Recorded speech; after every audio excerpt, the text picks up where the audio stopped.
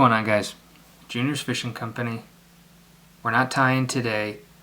I thought kind of in the transition from spring, summer, fall stuff, transitioning into winter, I thought I would do, last year I did a couple, I think I put them as FYIs on the channel. Check those out on the homepage. But I thought I would do a couple more because there's just a couple things. Tying on some of these untraditional hooks can be tricky. And so there's just two things that I wanted to go through, and this is one of them. A lot of the stuff I tie on has a weed guard, right? And it can be almost impossible. It is. I mean, anything's possible, I suppose, right? But it's super hard to tie around these weed guards. And there's really two ways that I kind of navigate around that. And this first one is probably the quickest, easiest thing to do, but it's not necessarily the best. And most fly tires have a bunch of hair clips, right? Whether they're super small like this or bigger ones, we've all got them.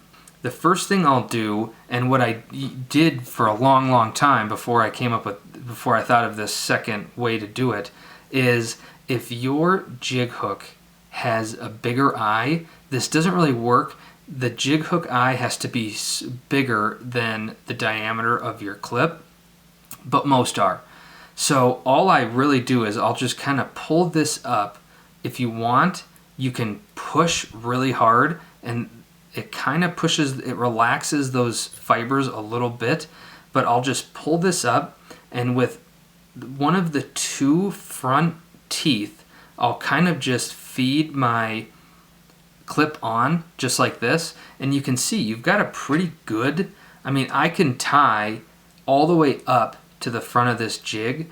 Again, the only thing that's tough is when you're wrapping, and if you hit your clip a bunch of times, eventually it's gonna pop out and fall off. It's not the end of the world, but you just gotta put it back on. If you've seen probably 25 of the videos that I've done, maybe not 25, I don't know, I'm guessing, you've seen either a clip here or the Paperclip, which is what I'm gonna show you in just a second. Because weed guards are so helpful when you're fishing. I mean, that's literally what they are. They guard weeds. They guard your hook from weeds. And so they're super important to have. You can cut these off, but then you're not going to have that versatility of fishing in weeds or open water or on the bottom or anything like that. So don't stray away from tying on jigs with weed guards. The next one, I just grabbed a different hook just to change things up a little bit.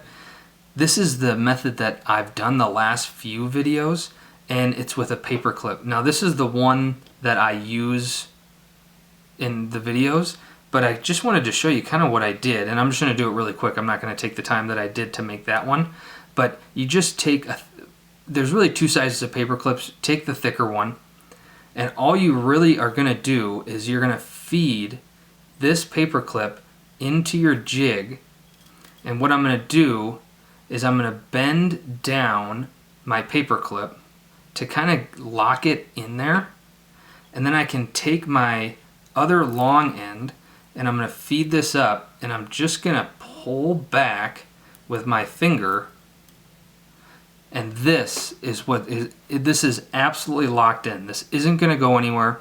You can bump this all day. Again, there's downsides, right? This is sticking way farther out, so you're going to want kind of a longer bobbin if you're going to be tying back here, but really that's minimal inconvenience. The Paperclip method is the method I prefer. It puts a lot of pressure on these weed guards, and so you kind of don't want to let it sit too long. All you got to do is bend it back out and they come back down, and then you're good to go. It kind of puts a lot of pressure on them, but if you buy a high quality jig, I've never had my weed guards come out. That's the two ways that I get around tying on a jig with weed guards without having to cut them. Like and subscribe. If you've watched any of my videos and you have questions or anything like that, drop a comment below. I'd love to answer some questions or make more of these FYI videos to help make your life a little bit easier, and just to show you kind of the little ins and outs, the details of what I do when I'm tying on a jig. We'll see you on the next one.